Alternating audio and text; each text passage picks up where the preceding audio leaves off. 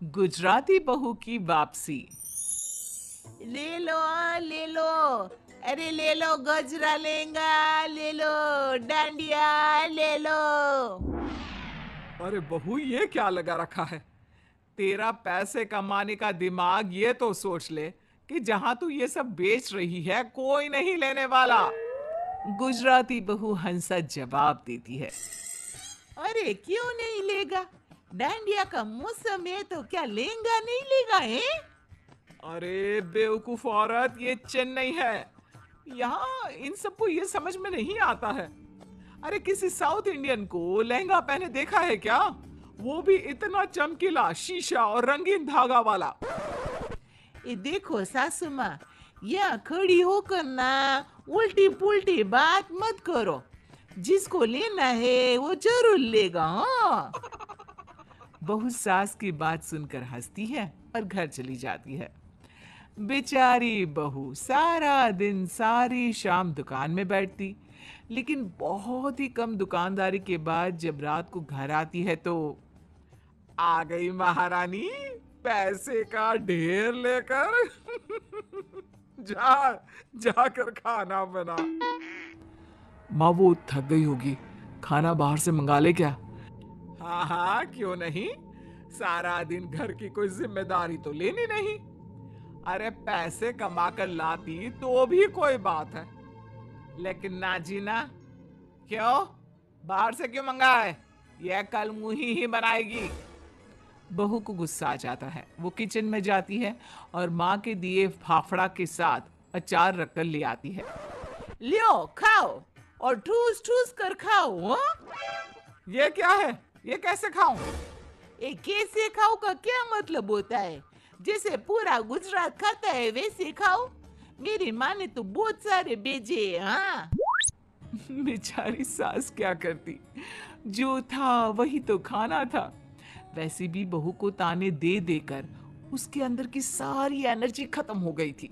सभी खा पी कर सो जाते हैं, लेकिन बहू बहू तो कमरे के चक्कर काट काट कर घूमती रहती है। अरे क्या हो गया? किस बात का मंथन कर रही हो?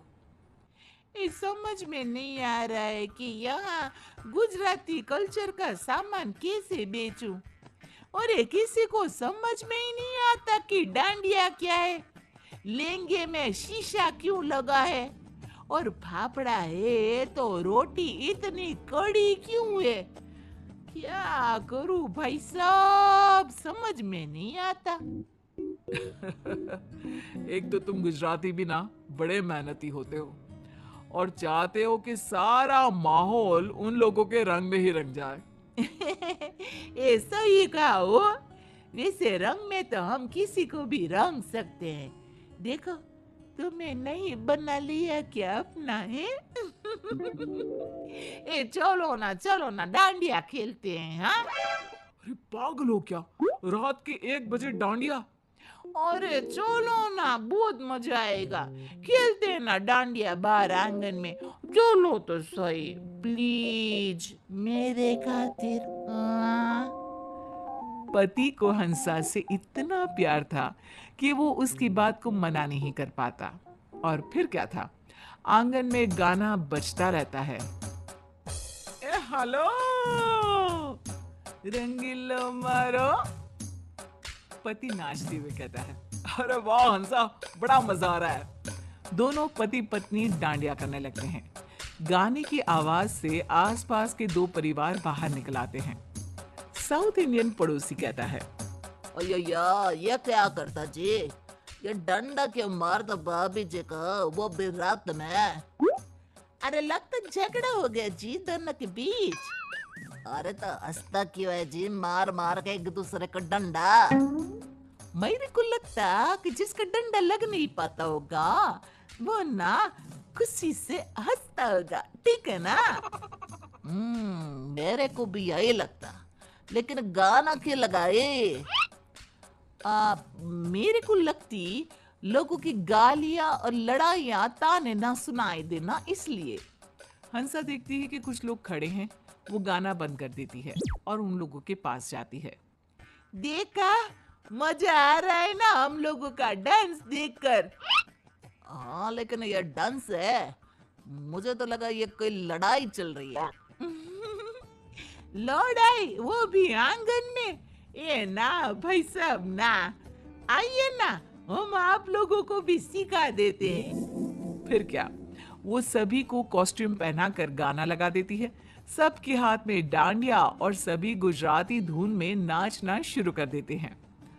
आया बड़ा मजा आ रहा है हंसा भाभी। हाँ मैंने भी फाल्गुनी पाठक का देखा था डांस। हंसा, मुझे तो रुकने का मन ही नहीं कर रहा। बस फिर क्या था, दो चार लोग ही सही, लेकिन सभी को हंसा का डांस करना अच्छा लगता है। अगली सुबह, ये क्या, घर के बाहर बोर्ड क्यों लगा दिया, डांडिया क्लास? अरे ये सब नहीं चलेगा मेरे घर में, साफ साफ बोल रही हूँ। हे? अच्छा, क्या नहीं चलेगा? घर मेरा है और यहाँ ये सब नाच गाना नहीं होगा। वैसे आप भी ना इस घर में अपने पापा के घर से आई है, और मैं भी, समझ गई ना?